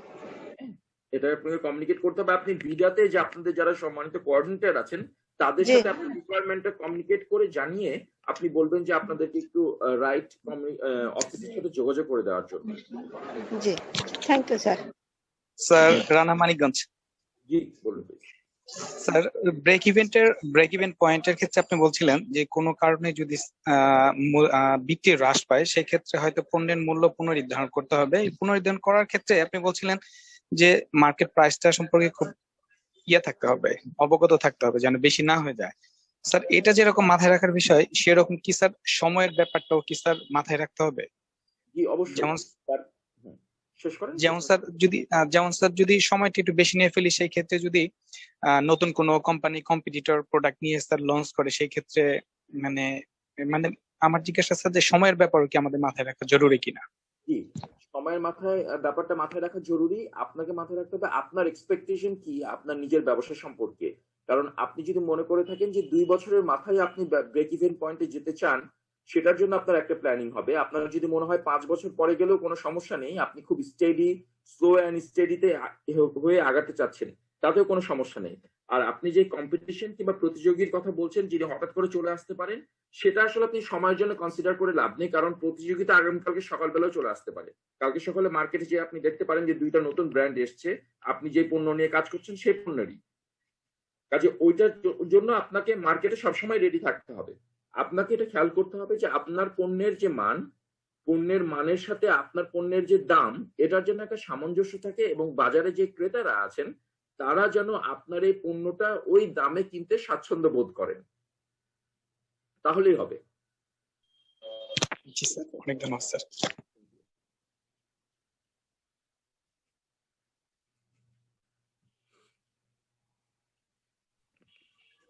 স্যার স্যার এই কর্মপরিবেশ নিয়ে স্যার একটা প্রশ্ন ছিল স্যার।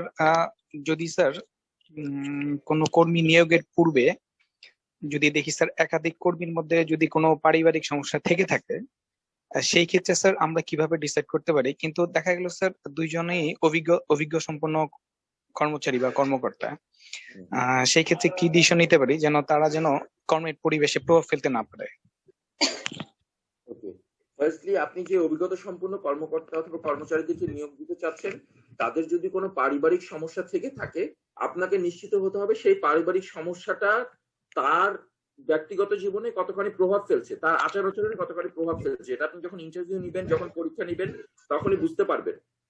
কখনো আপনি দেখবেন যে একটা ইন্টারভিউ টেস্টের একটা ধরন থাকে, যখন খুব সিনিয়র ম্যানেজমেন্টে বড় বড় কোম্পানিগুলো যখন নিয়োগ দান করে, যে দেখা যাচ্ছে একটা কোম্পানির সিইও নেওয়া হবে, একটা জেনারেল ম্যানেজার নেওয়া হবে কিংবা এরকম একটা পজিশনে, তখন কিন্তু ইন্টারভিউতে তাকে যে নতুন করে প্রশ্ন জিজ্ঞেস করার কিছু থাকে না। যে মানুষটা 15 বছর 20 বছর বিভিন্ন কোম্পানিতে চাকরি করেছে, তাকে কিন্তু নতুন করে একটা কোম্পানিতে যখন ইন্টারভিউতে ডাকা হয়, তাকে কিন্তু এই বিষয়ে তখন আর জিজ্ঞেস করা হয় না আপনি বলেন তো এটা কিভাবে হয়, আপনি জানেন এটা কি বলে। কারণ এটা নিয়ে আর প্রশ্ন করার কিছু নেই, কারণ সে ওই স্টেজ পার করে আসছে। তার সাথে যে জিনিসটা নিয়ে আলোচনা হয়, তাকে দেশের ব্যবসা সম্পর্কে জিজ্ঞেস করা হয়, দেশের ভবিষ্যৎ সম্পর্কে তার ধারণা কি এটা বলা হয়, এবং তাকে বলা হয় যে আপনি আজকে যদি সময় থাকে আমাদের সাথে একটু লাঞ্চ করেন। সো এইটা বলার কারণ হলো এই পুরো সময়টা থেকে তাকে বলা হয়, বোঝা হয়, এই একটা পরীক্ষার মধ্যে ফেলা হয়, যে পরীক্ষাটাকে বলা হয় পার্সোনালিটি টেস্ট, ব্যক্তিত্বের পরীক্ষা। তার মানে যখন একটা সিনিয়র পজিশনে একজনকে নিয়োগ নেওয়া হচ্ছে, ব্যবস্থা করা হচ্ছে, চাকরির জন্য সুযোগ হচ্ছে, তার আসলে দায়িত্ব শুধুমাত্র নতুন জিনিসপত্রগুলো জানা, এটুকু চেক করা না, মানে সেই জানে কিনা এটা বোঝা না। আপনি যখন ওই একটা সিনিয়র পজিশনে একজনকে নিবেন, তার ব্যক্তিত্বের ব্যাপারটাও খুব গুরুত্বপূর্ণ। সো আপনি যদি দেখেন যে 3-4 ঘন্টা সে আপনার সাথে লাঞ্চ করবে, লাঞ্চের পর বসে হয়তো আপনার সাথে কফি খাচ্ছে, তারপর 2-1 ঘন্টা গল্প করার পর বলে যে ভাই থ্যাংক ইউ ভেরি মাচ, আপনার সাথে সময় দিয়ে খুব ভালো লাগলো, সো আমি আজকে যাই, তাহলে পরে কথা হবে। আপনি বলবেন যে হ্যাঁ নো প্রবলেম, আমি আপনাকে পরবর্তীতে জানাবো, আমার অফিস থেকে কমিউনিকেট করবে। আপনি আজকে আসছিলেন, আপনি সময় দিয়েছেন, আমি সত্যি খুবই আনন্দিত এবং আপনার কাছে কৃতজ্ঞতা প্রকাশ করছি। আচ্ছা ভাই আসি, আসসালামু আলাইকুম, ভালো থাকবেন। উনি যখন চলে যাবেন, আপনার কিন্তু মনের মধ্যে একটা অ্যাসেসমেন্ট তৈরি হবে যে ভদ্রলোক আসছিলেন, উনার দেশ সম্পর্কে ধারণা কি, পৃথিবী সম্পর্কে ধারণা কি, উনি যখন খেয়েছেন আশেপাশের কয়টা মানুষের সাথে হেসে হেসে কথা বলেছেন, কার সাথে কেমন ব্যবহার করেছেন, আপনার অফিসের যে কর্মচারী যে টেবিলে খাবার দিয়ে দেয় তার সাথে কেমন ব্যবহার করেছেন, তাকে তুমি করে বলেছেন, তুই করে বলেছেন, না আপনি করে বলেছেন। তো এই সবকিছুই নির্ভর করবে তার সম্পর্কে আপনার ধারণা পেতে, এবং তারপরে আপনি যখন তাকে নিয়োগ দিবেন তখন আপনি তার সম্পর্কে আরো ভালো জানবেন। যদি আপনার ধারণা ভালো থাকে, সে এখানে কাজ করতে আসার পরে আপনি দেখলেন যে আপনি তাকে যত ভালো ভেবেছিলেন সেরকম হয়তো পটেনশিয়াল পাচ্ছেন না, কোনো একটা কারণে আপনি বুঝলেন যে তার কোনো ফ্যামিলিতে কোনো সমস্যা আছে, আপনার তখন দায়িত্ব হচ্ছে সেই সমস্যাটা তার সাথে এককভাবে আলাদা করে ঘরে ফ্রি টাইমে বসে তাকে জানতে চাওয়া যে ভাই আপনি কিছু না মনে করলে অথবা আপনার কোনো অসুবিধা না থাকলে আমাকে শেয়ার করতে পারেন, যদি কোনো অসুবিধা হয়ে থাকে ব্যক্তিগত জীবনে আপনার যদি কোনো ডিফিকাল্টি থেকে থাকে যেটা আমি কোনোভাবে আপনাকে সাহায্য করতে পারি।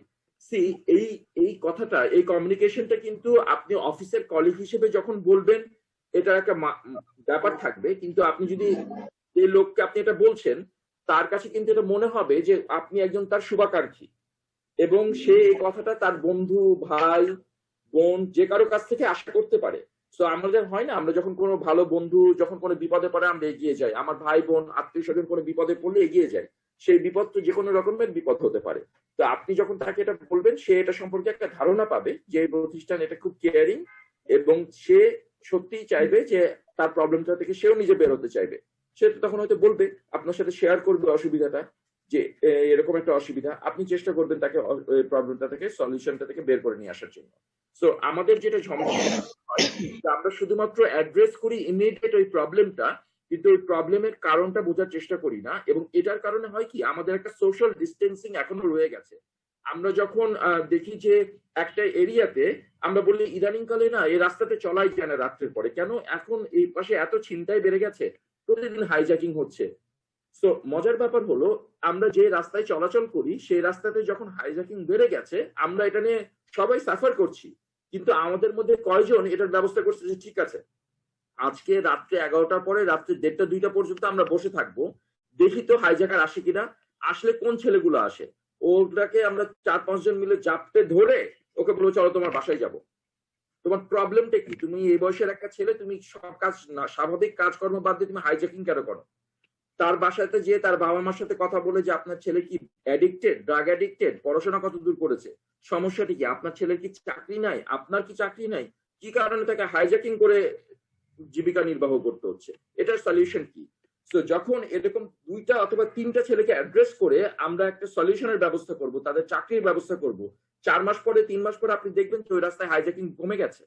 আপনার টোটাল সোসাইটির একটা সিকিউরিটি অ্যালার্ট তৈরি হয়েছে, সোসাইটিতে আপনার লোকজন রাত্রেবেলা ঘোরাঘুরি করছে, আমরা সবাই বলবো বাহ কি সুন্দর, এখানে তো কোনো হাইজ্যাকিং নাই। সো দিস ইজ সামথিং যে আমাদেরকে অ্যাড্রেস করতে হবে।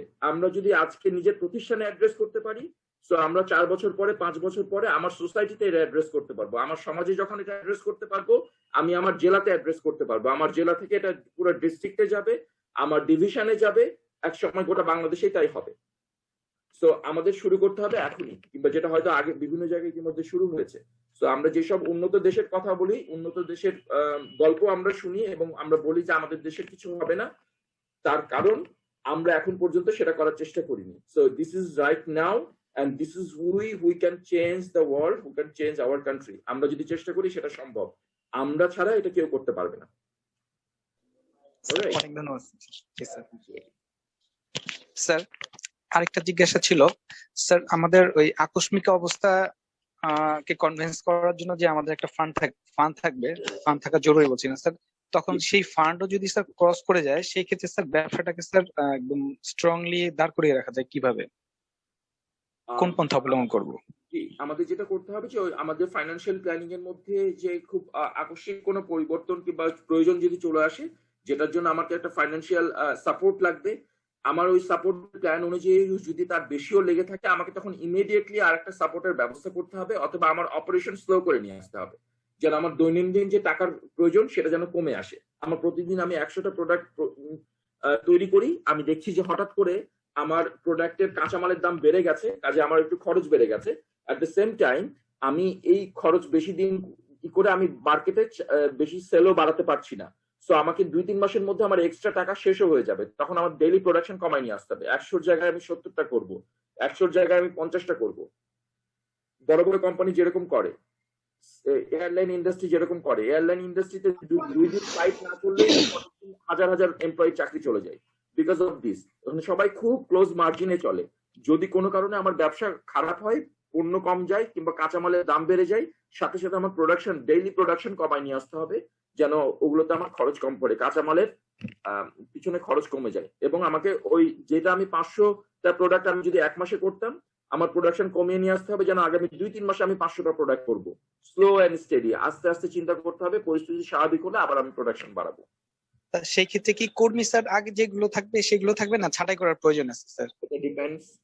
এটা ডিপেন্ডস যে আপনি ব্যবসাটা যেভাবে করতে চাচ্ছেন সেটাতে আপনার যদি কর্মী ছাঁটাই করতে হয় সেটা করতে হবে, but with due respect.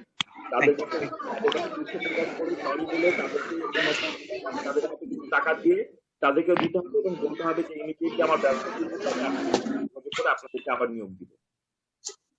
Sir hello, কি বলেন প্লিজ? আমি ব্যক্তিগত একটা খুব জরুরি কাজের জন্য আমি 15টা ক্লাসে অ্যাটেন্ড করছি। এর আগে যে মডিউল গুলো সেগুলো যদি আমাকে দিচ্ছেন তাহলে আমি উপকৃত হতাম।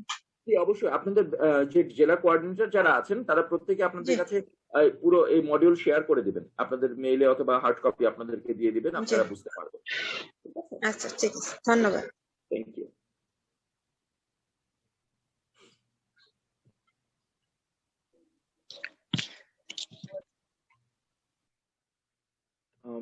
অলরাইট, আমাদের আর যদি কোনো প্রশ্ন না থেকে থাকে সো তাহলে আমরা আজকের মতো ক্লাস শেষ করতে চাই। জি স্যার। তো সবাইকে অনেক অনেক ধন্যবাদ। আমরা গত কয়েকদিন একসাথে ক্লাস করেছি, অনেক কিছু জানার চেষ্টা করেছি, ইনফরমেশন শেয়ার করেছি। তো আমি আপনাদের সবার কাছে কৃতজ্ঞতা প্রকাশ করছি এবং সবাইকে আবারও আন্তরিক ধন্যবাদ জানাই আপনারা যে সময় দিয়েছেন এবং ধৈর্য নিয়ে আমাদের ক্লাসে অ্যাটেন্ড করেছেন। এটার বাইরেও আমি আমার যোগাযোগ করার জন্য আমার মোবাইল নাম্বার এবং ইমেল অ্যাড্রেস দিয়ে রেখেছি। কেউ যদি কোনো সময় কমিউনিকেট করতে চান, কোনো বিষয় নিয়ে কথা বলার দরকার হয় কিংবা যোগাযোগ করতে চান, please feel free to call me and communicate with me. I would be more than happy to respond. চেষ্টা করব আপনাদের প্রয়োজন মেটানোর জন্য, সহযোগিতা করার জন্য। কোনো কারণে আমাকে যদি ফোনে না পান তাহলে প্লিজ লিভ এ টেক্সট, আমাকে একটা টেক্সট এসএমএস করে রাখলে হবে যেন আপনি কে ফোন করেছেন কোথা থেকে, যেন আমি পরবর্তী ফ্রি সময়ে ইমিডিয়েটলি আপনার সাথে যোগাযোগ করব ইনশাআল্লাহ।